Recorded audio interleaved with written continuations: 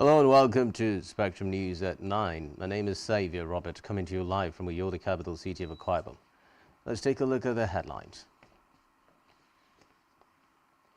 President Tinubu presents APC flags to Sylvia Ododo Uzodimma. Akwa Ibom State Government commences process to create agroeconomic venture, the Ibom Model Farm. Plus, UN chief calls for united, sustained global strategy for AI. Details of these stories and more in a moment.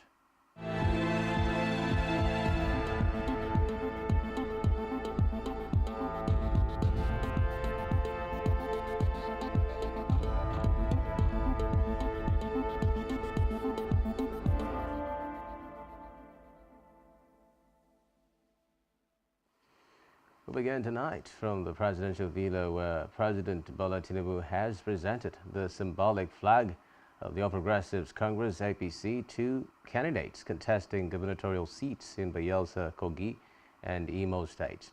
The president handed the flags to the candidates Hope Uzodimma, Timipre Sylvia and Ahmed Ododo of Imo, Bayelsa and Kogi states respectively at the presidential villa Abuja today, where he wished them victory at the off-season elections coming up on November 11. Recall that the Independent National Electoral Commission (INEC) had fixed November 11, 2023 to conduct the off-season elections in the three states. Reports say the national chairman of the APC, Abdullahi Ganduje, led the three candidates to the presidential villa where the flags were handed down to them. Meanwhile, the presidency has explained why a yacht was listed in the supplementary budget. According to the presidency, the yacht is for the Nigerian Navy and not for President Bola Tinubu as widely believed. The explanation was contained in a statement signed by the Special Advisor to the President on Information and Strategy, Bayo Onanuga. Reports, however, say that the House of Representatives had removed the 5 billion naira presidential yacht from the 2023 supplementary budget.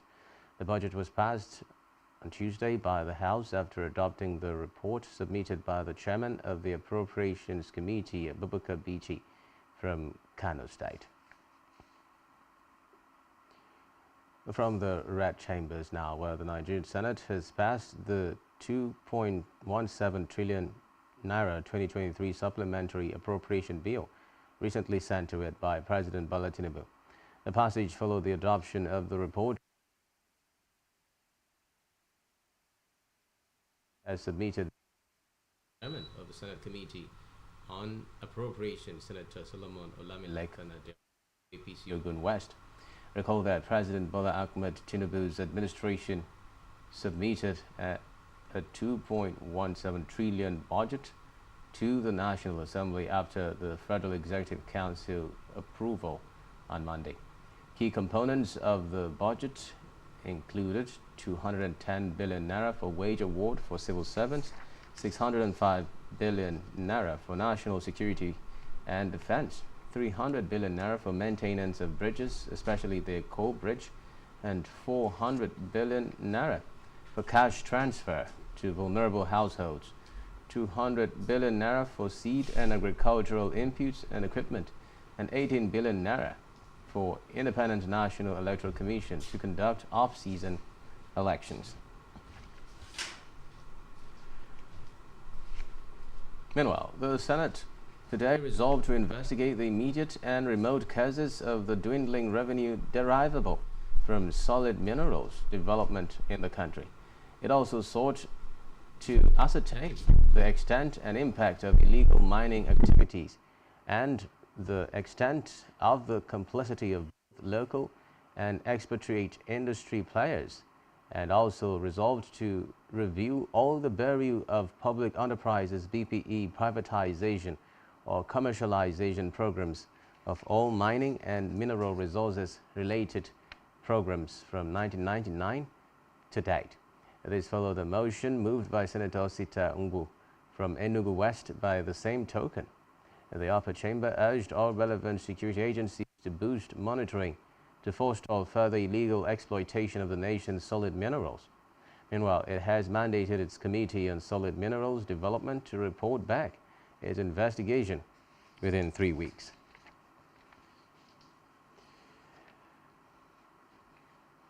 In the meantime, the Senate has confirmed the remaining 3 resident electoral commissioners for the Independent National Electoral Commission (INEC) nominated by President Bola Tinubu. The nominees are Dr. Bumi Omoseyin-Demi from Lagos State, Dr. Anobumonoha from Rivers State, and Ismaila Kaura Moi from Zamfara State. The trio were not present when the other 7 nominees were confirmed on Wednesday. The 7 nominees confirmed on Wednesday are Etekambo Morin Akwa Ibom, Isha Ihimagne from Edo, Oluwatoyin Babalola Ekiti, Abubakar Ahmed Gombe, Shehu Wahab Kwara, Aminu Idris Nasarawa, Mohammed Abubakar Sadiq Niger. The confirmation follows Tinubu's request on Wednesday for confirmation of the nomination of the RECs for INEC in accordance with the provisions of Section 154, subsection 1 of the Constitution. Recall that Tinubu had last week approved the appointment of 10 new RECs for INEC for a 5-year term each. Elsewhere, the Senate has sworn in Senator-elect for Kogi Central Senatorial District Natasha Botiu-Dwagon as a member of the 10th Senate. This followed her presentation with certificate of return by the Independent National Electoral Commission (INEC) as a duly elected senator for Kogi Central. Botiu-Dwagon, who is elected on the platform of the People's Democratic Party (PDP), is reportedly the first female senator from Kogi State. Recall that the Court of Appeal Abuja Division upheld Botiu-Dwagon as the duly elected candidate in the Kogi Central Senatorial election held earlier in February, dismissing the appeal filed by Abubakar Ohere of the All Progressives Congress (APC) for lacking in merit. And from the Green Chambers, the House of Representatives has removed the controversial 5 billion Naira presidential yacht from the 2023 supplementary budget. The budget was passed on Tuesday by the House after adopting the report submitted by the chairman of the Appropriations Committee, Abubakar Bichi, from Kano State. The Committee of Supply considered the recommendations of the Appropriations Committee and passed the bill. And Bichi, after the passage of the budget, spoke with journalists and announced that the controversial presidential yacht was removed by the committee. He stated that the 5 billion Naira was moved to the student loans, increasing the allocation for student loans to 10 billion Naira as against 5.5 billion Naira. Meanwhile, the House of Representatives has issued a 72-hour ultimatum to the Accountant General of the Federation, AGF, Oluwatoyin Madain, to submit a detailed report on the use of the 100 billion Naira COVID-19 intervention funds approved and released by the government of the former President Muhammadu Buhari to ministries, departments and agencies between 2020 and 2022. The Chairman, House Committee on Public Accounts, Bamidele Salem, who issued the notice in Abuja, expressed dismay at the AGF's refusal to comply with the resolution of the committee to submit the report on October 27, 2023. Salem noted that the House had mandated the committee to investigate the expenditure incurred under the COVID-19 interventions, especially in the year 2020 and up to 2022. It therefore directed the AGF to transmit the report before the close of work on Friday, November 3, 2023. In the meantime, the House of Representatives has also called on the Inspector General of Police, Kayode Baitokun, to take urgent steps to address cases of killing of young girls in Nigeria for ritual purposes. This followed the adoption of a motion on a matter of urgent public importance moved by the lawmaker representing Adoni Opobo Nkoro Federal Constituency of Rivers State, Awaji Abiante. Leading the debate, Abiante said the recent wave and sustained killings of young girls who were mostly undergraduates by their supposed boyfriends for ritual purposes could not be allowed to continue. He recalled the recent murder of 20-year-old Justina Otwene, an undergraduate in the Department of Biochemistry, University of Port Harcourt, by Damien Okoligwe of the same university. The House therefore called on the Inspector General of Police to set up a crack team to conduct a holistic investigation with the sole aim of unmasking the cartels behind the killings and bring them to justice. Elsewhere, the House of Representatives has asked President Bola Tinubu to call political parties in Bayelsa State to order ahead of the November 11 governorship election. This is sequel to a motion of urgent public importance by Maria Enenimiefe, drawing attention of the House to possible unrest in the state in the build-up to the election. Enenimiefe noted that the National Security Advisor should be asked to swing into action to guarantee a peaceful election in the state.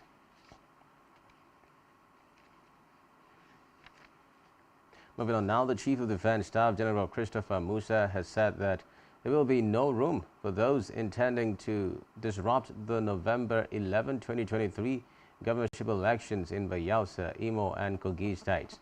General Musa, while speaking to reporters at a one-day work visit to commission some internal projects at the headquarters of the 6th Division of the Nigerian Army in Port Harcourt, assured the people that the Nigeria Police Force will be assisted to ensure that citizens in those states can vote without fear of any possible disturbances. He affirmed that President Tinubu's administration is committed to ensuring that lives and property of citizens are adequately secure before, during, and after the forthcoming polls in the 3 states. Away from that, the federal government, through the Ministry of Works, has announced that it will be closing 2 ramps of the 3rd mainland bridge for repairs. According to the statement signed by the Federal Controller of Works, O.I. Keisha, the motoring public are notified that the repair works will begin with the ramps connecting Oworoshoki to Adekunle and Lagos Island, Adeniji Adele to Adekunle simultaneously.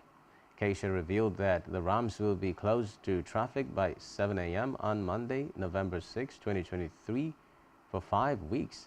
She advised motorists to cooperate with the traffic management officials by obeying and observing all diversions as directed, and encouraged them to use the alternative routes as attached.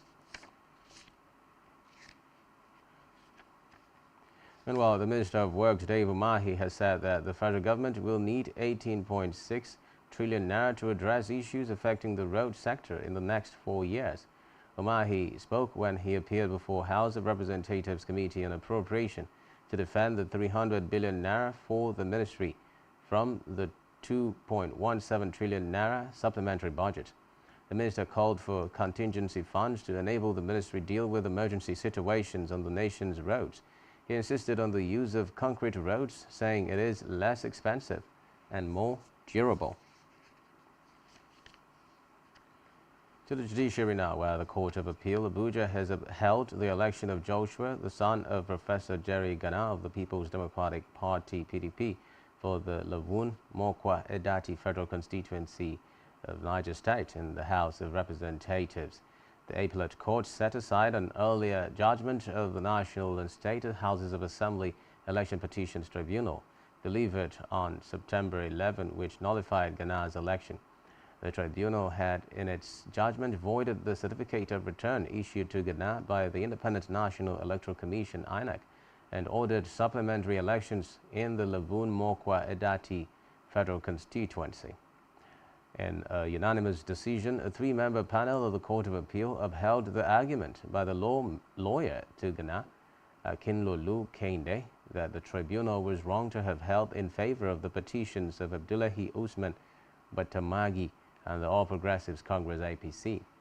The Appellate Court held that Batamagi and the APC did not comply with the mandatory provisions of paragraph 4, subsection 5 of the first schedule to the Electoral Act 2022 when they failed to file their witness written statement on oath within the time stipulated for filing the petition.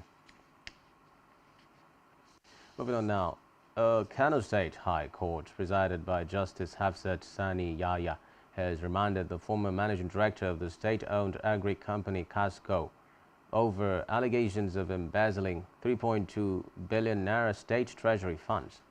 At the resumed hearing, the prosecution counsel slammed 10-count charges on Bala Mohammadi Noor and his son Balai Nur Mohammed Jr. with charges bordering on alleged persistent sharing of the 3.2 billion naira to their cronies. Among those who received the alleged monies were the former Governor Umar Abdullahi Ganduje and the APC National Chairman Foundation, Ganduje Foundation, which allegedly received 30 million naira.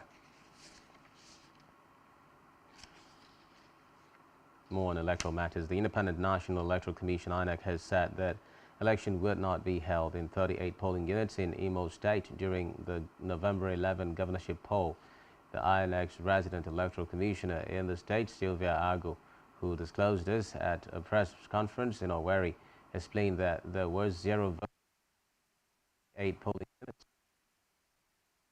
That 2,318,919 people had collected their permanent voter cards, while 101,003 people had yet to collect their PVCs ahead of the election. Ago said out of the 13 programs lined up by the Commission for the election, INEC had perfectly executed 11, remaining 2 items on its lists. The former Rivers State Governor Nyesom Wike has revealed his grouse with his successor Siminalayi Fubara, saying the incumbent governor hobnobbed with some of his political enemies after getting into office. Wike, who is now the Minister of the Federal Capital Territory (FCT), stated this in Abuja when he met with members of the People's Democratic Party (PDP) Governors Forum led by Bauchi State Governor Bala Mohammed. Mohammed was at the meeting alongside Governor Caleb Mutfwang of Plateau, Governor Amadou Fintiri of Adamawa, and Governor Kefes Abu Taraba over the political situation in Rivers State. The FCT minister and PDP chieftain also said nobody can take his political structure in the oil-rich South state. In another development, the new chairman of the Economic and Financial Crimes Commission, EFCC, Ola Olukoyede, has directed that sting operations at night time be stopped in all the commands of the commission. According to a statement by the EFCC head of media and publicity, Dele Oyewale, the directive is in line with the newly reviewed procedures on arrest and bail of suspects by the anti-graft agency. Olukoyede gave the directive in Abuja in reaction to the arrest of 69 suspected internet fraudsters by operatives of the Badon Zonal of the Commission in Ile-Ife, Osun State. The EFCC said many of the suspects duly profiled by the Badon Command have been released, while profiling of suspects yet unreleased will be completed without further delay. The Commission assured the public that it will not relent in its adherence to the rule of law in the exercise of its mandate.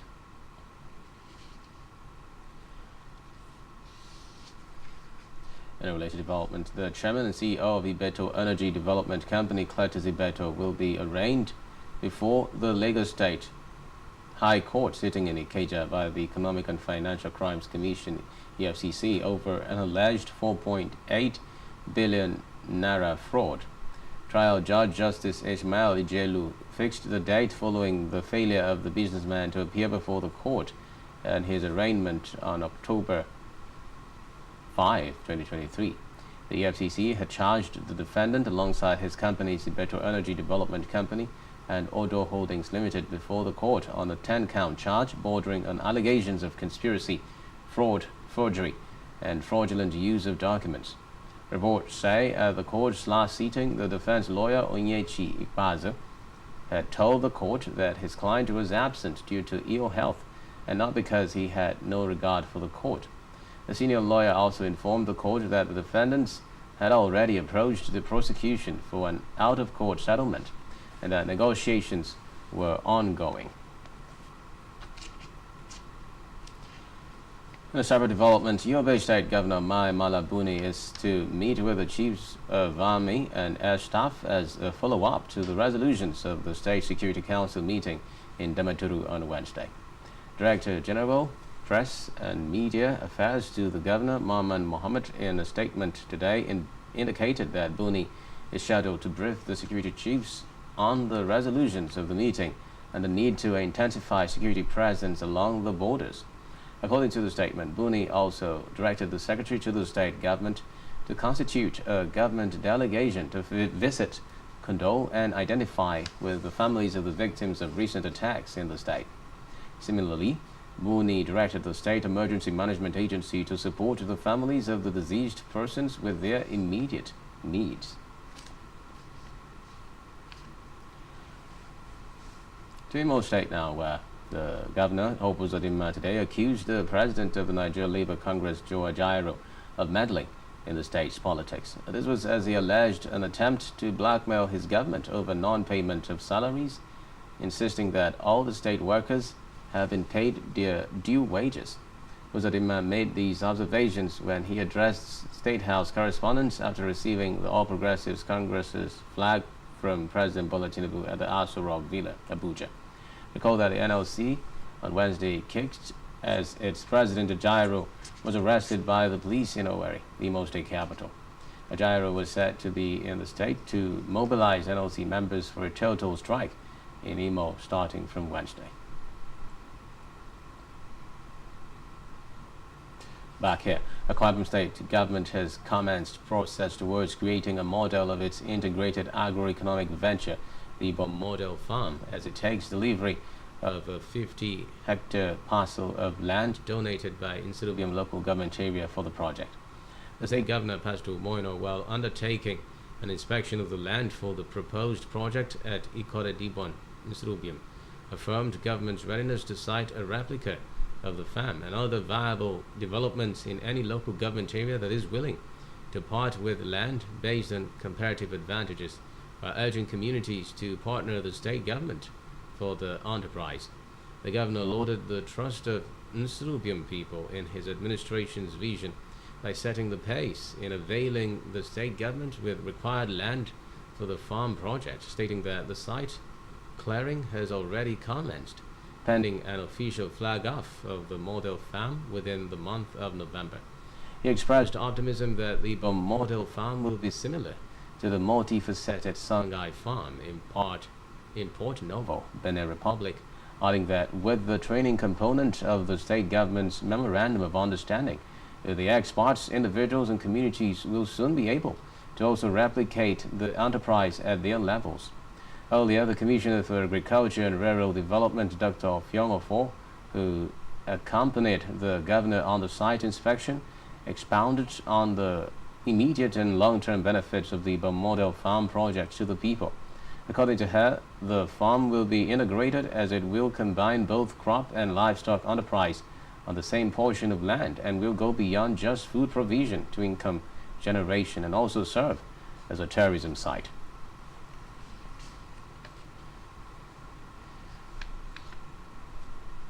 Still to come in the news. BOE leaves rates steady. Do stay with us.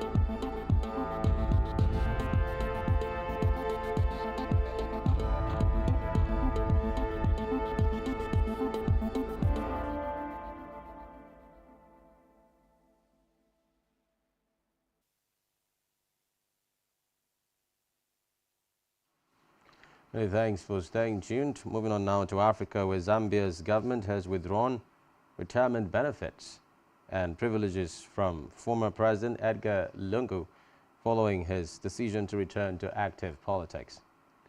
In a press conference, government spokesman Cornelius Mwitwa said the former leader would now be treated with equality of the law, just like any other senior citizen of the country. Mwitwa noted that it was clearly stated in the law that former presidents who return to politics would lose their benefits. Recall that Lungu lost the presidency to Hakainde Hichilema in 2021, after which he announced his retirement. Still in Africa, Germany's President Frank-Walter Steinmeier has apologized for killings under colonial rule in Tanzania as he met descendants of Songea Mbano executed for leading a revolt. Steinmeier, while describing Mbano as brave leader in the rebellion, assured the people that Germans will join in search of answers to the open, unanswered and outstanding questions regarding the German East Africa era. Reports say German East Africa was a colony, part of the German possessions, which covered today's Tanzania, Rwanda and Burundi.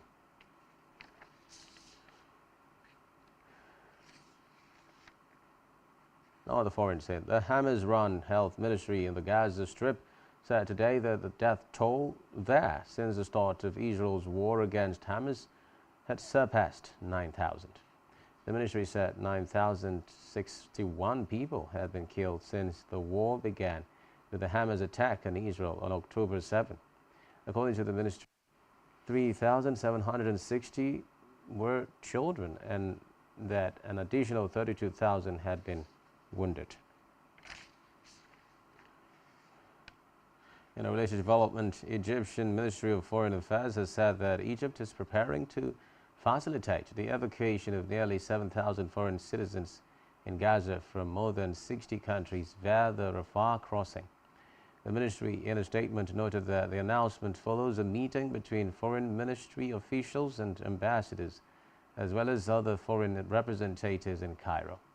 Egyptian officials say the evacuation plan will be carried out in accordance with Egypt's regulations and governing laws, and the role incumbent upon each foreign mission in receiving its nationals from the Rafah crossing. The ministry added that first foreign nationals were able to cross from Gaza to Egypt, and more evacuations are expected to continue over the coming days.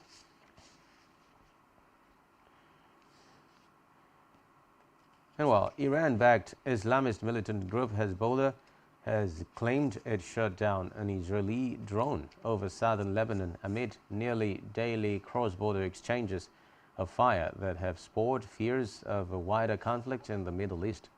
Hezbollah claimed it hit the drone directly with a surface-to-air missile as it flew between the border villages of Al-Malikiya and Hunain.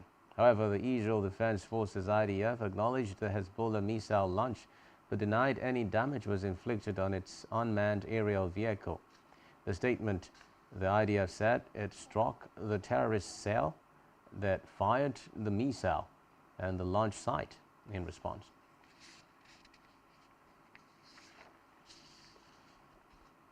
So on the foreign scene, the State Department has announced today that the United States and China, the world's two largest greenhouse gas emitters, will hold weekend talks in California to seek progress ahead of the COP28 climate summit in Dubai. The talks, on the eve of an expected U.S. visit by Chinese President Xi Jinping, will take place at the Sunnylands Desert Resort, memorable as the site of Xi's first U.S. summit in 2013 after he assumed power. The State Department added that the U.S. climate envoy John Kerry will welcome his Chinese counterpart Xie Zhenhua from Saturday through Tuesday at the estate near Palm Springs. Meanwhile, the two sides will discuss enhanced implementation and ambition, an effort to promote a successful COP28. Elsewhere, 5 people were reportedly killed by falling trees as Storm Qiaren battered Western Europe, bringing record winds as high as 200 kilometers per hour, floods, blackouts, and major travel disruptions. Reports say some 1.2 million French homes lost electricity overnight as the storm lashed the northwest coast, and most remained without power today. According to police reports, falling trees killed a lorry driver in his vehicle in France's Aisne region, a man in the Dutch town of Vanray, a woman in central Madrid, a person in Germany, and another person in the Belgian city of Ghent. In the meantime, UN Secretary General Antonio Guterres has called for a united, sustained global strategy to tackle the risks posed by artificial intelligence's rapid development as world leaders met in the UK. He called for new solutions to close the gap between AI and its governance, proposing that it should be based on the UN Charter and the Universal Declaration of Human Rights. Guterres was joined by other political leaders, including UK Prime Minister Rishi Sunak, US Vice President Kamala Harris, and EU Chief Ursula von der Leyen at the 2-day conference at Bletchley Park. The UN chief urged lawmakers and regulators to get ahead of the wave of emerging AI technology rather than playing catch-up.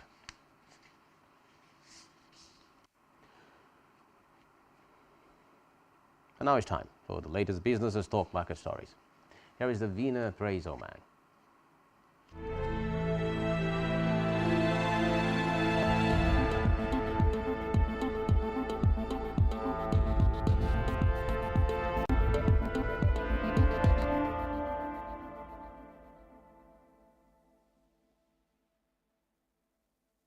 Thank you, Xavier Robert. Good evening.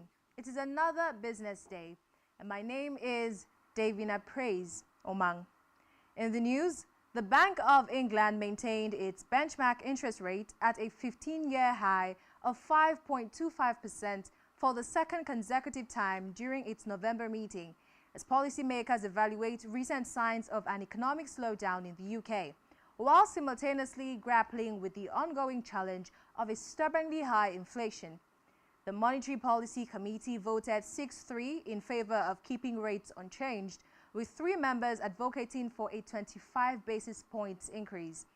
The central bank also emphasized that monetary policy is likely to remain restrictive for an extended period in order to steer inflation back towards the 2% target. They reiterated their readiness to implement further tightening measures if necessary.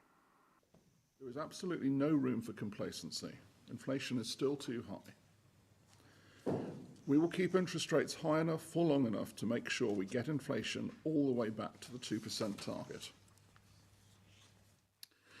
We will be watching closely to see if further increases in interest rates are needed. But even if they are not needed, it is much too early to be thinking about rate cuts. In Nigeria, the 5.09 billion naira allocation for a presidential yacht in the federal government's 2.1 trillion naira supplementary budget has sparked controversy. The yacht is listed under the Nigerian Navy's proposed capital expenditure of 42.3 billion naira. In addition, the government plans to spend 12.5 billion naira on the presidential air fleet. The president had submitted a 2.1 trillion naira budget to the National Assembly as of the Federal Executive Council's approval on Monday. Barely 24 hours later, the budget passed a second reading at the Senate and House of Representatives. Still in Nigeria, reports say that the Central Bank of Nigeria has started to clear over $10 billion foreign exchange backlogs of commercial banks and airline operators. According to reports, airlines are seeing their backlogs being cleared. The development comes barely 24 hours after the chairman of Airpeace alleged that the Central Bank of Nigeria owes his firm $24 million 6 months after lodgement amid the foreign exchange crisis. Meanwhile, the Minister of Finance, Wale Edun, had disclosed last week that the country would soon receive an inflow of $10 billion in foreign currency to mitigate the forex crisis. Over now to the Nigerian stock market report. The benchmark all-share index dropped 539.48 basis points to close at 70,042.28 points after touching a fresh record level of 70,584 points today. A total of 525.4 million traded shares in 8,396 deals, corresponding to a market value of 6.088 billion naira were traded. The current market capitalization of the Nigerian Stock Exchange is 38.5 trillion naira. Omatech Ventures led the gainers with 10% share price appreciation, closing at 55 kobo per share, followed by Academy Press with 9.83% increase and Tantalizers with 9.76% increase. On the losing side, Chams came out last with an end-of-day price depreciation of 9.84% at 2 naira 20 kobo per share, followed by International Breweries of negative 8.79% and RT Briscoe of negative 8.51%. Japal Gold and Ventures recorded the highest volume of 92 million traded shares, followed by Fidelity Bank, 87 million, and United Bank for Africa, 46.3 million traded shares. Well, this is all in business news, and back to Xavier Roberts for the rest of the news. Many thanks, Davina. Still to come in the news. Tennis player issued with penalty order and fined over physical abuse allegations. Do stay with us.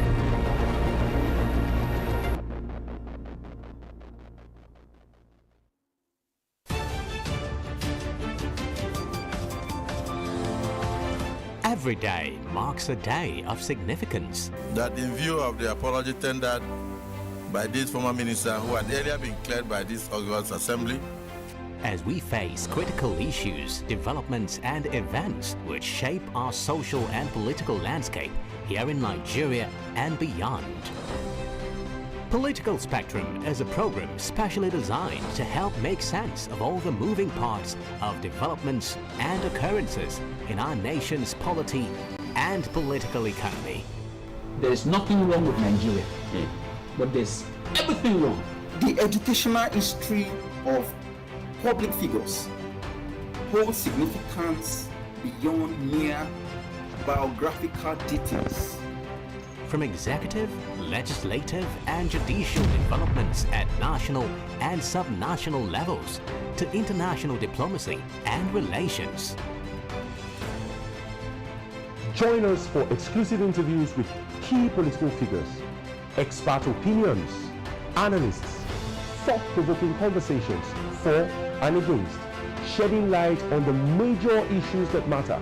We will always keep you updated on the most factual, smartest, and unbiased reportage. Stay tuned to Political Spectrum. Political Spectrum. All sides matter at the round table. Political Spectrum. Exclusive to Spectrum Television.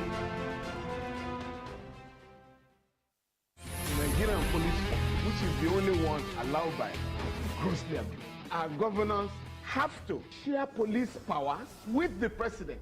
My lord, sorry, my lord, I think I'll be in cross-examination. Legally Speaking, a program that deals with legal issues and questions we face as citizens of this amazing country, Nigeria. Legally Speaking. Join us every Friday from 5 p.m. to 6 p.m. for Legally Speaking.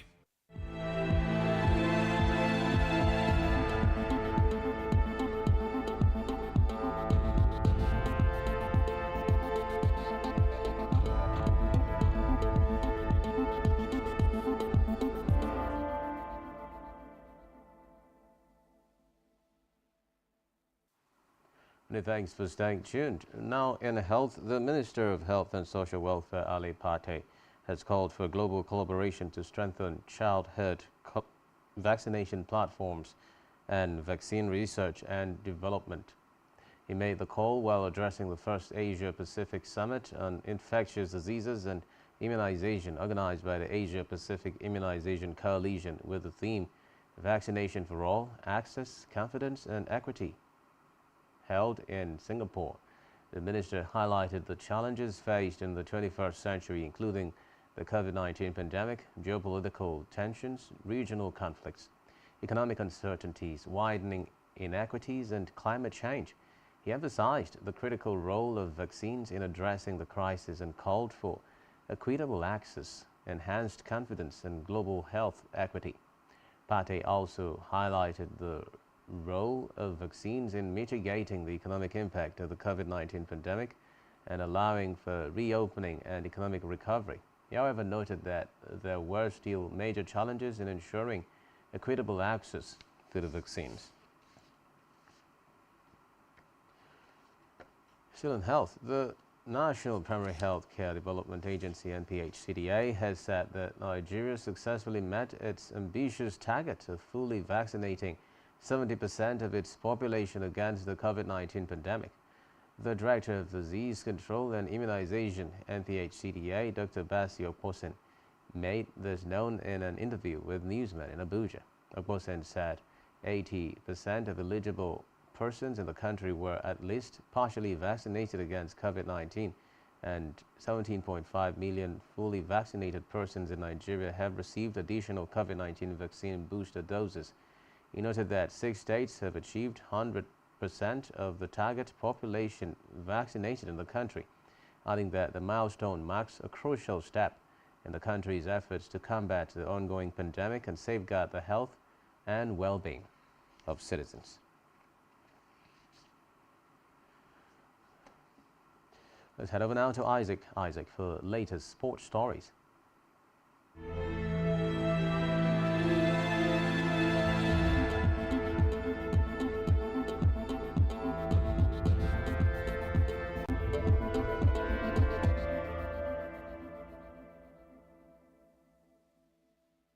Well, thank you so much, Xavier Roberts. Well, good evening in sports. Former tennis world number 2, Alexander Zverev, has been issued a penalty order and fined by a German court after being accused of physically abusing his ex-girlfriend, reports say. The 26-year-old was fined 450,000 euros in October. According to the reports, Zverev denies the charges and has lodged an objection against the order, meaning he remains legally innocent and is not convicted until a final ruling. The case could go to a public court. AFP and other media reports said Olympic champion Zverev, who is playing in the Paris Masters this week, is accused of physically abusing his former girlfriend during an argument in Berlin in May 2020. A penalty order in Germany is issued when a judge, after examining the written evidence, believes the ruling could be made without going to trial. The defendant has the right to contest the penalty order, which will likely be led to a public trial. Well, in football, Irene Paredes was unable to make her 100th appearance for Spain yesterday because of a computer error, according to coach Monte Tome. The Barcelona defender, who is 32, missed Spain's 7-1 win against Switzerland in the Women's Nations League. Spanish media reported the error meant a team sheet from Spain's previous match, which Paredes missed, was submitted to UEFA. The injured Amayo Sariege was instead named on the official squad list. Paredes could still win her 100th cap when Spain faced Italy in the Women's Nations League on the 1st of December. She was expected to return against Switzerland after injury kept her out of Spain's 1-0 victory over the Italians last week. Only two players, Alexia Putellas and Yene Hermoso, have played 100 times for Spain's women's team. Coming back home, Super Eagles goalkeeper Maduka Okoye made his debut for Indonesia yesterday at the Coppa Italia round of 32 clash. It was Okoye's first game in 14 months since he completed a 4-year deal with the Italian club in the summer. The 23-year-old spent one season at Watford and made only 2 appearances following his arrival from Dutch side Sparta Rotterdam last year. Prior to yesterday's encounter, Okoye last featured in a club game for Watford on August 23, 2022 in the Hornets' 2-0 loss to MK Dons in the second-round Carabao Cup clash. Well, that's it on sports. My name is Isaac. Thank you so much. Good evening. Back to you, Xavier. Many thanks, Isaac. And now on entertainment news, popular Nigerian transgender and fashion enthusiast Daniel Anthony Nsekan, popularly known as J Boogie, has cried out after undergoing a failed plastic surgery. J Boogie, in a series of posts on social media, asked the public to hold a certain surgeon responsible if anything happens to him. In a now trending post via his Instagram story, the transgender shared photos and details of the doctor and clinic he claimed performed his surgery. Meanwhile, Nigerian singer Morave has released her highly anticipated EP titled Ravey. The EP, which comprises 5 tracks spanning across R&B, pop, Afrobeats and dance genres, marks Morave's grand debut as a solo artist and featuring Davido Ravi, which translates to sunlight, as a musical potpourri that showcases the depth and diversity of Morave's artistry. And lastly, on entertainment tonight, former Big Brother Niger housemate Prince Nelson has launched his record label company Pollux Records, announcing the project, which he described as a bold dream, via his Instagram page. The reality star recounted how he has been following music since his primary school days. He also unveiled the first artist under the record label, Valentiano.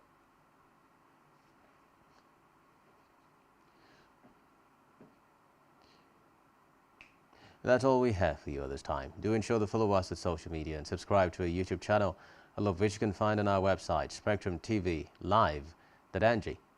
You've been watching Spectrum News at 9. My name is Xavier Robert. Good night.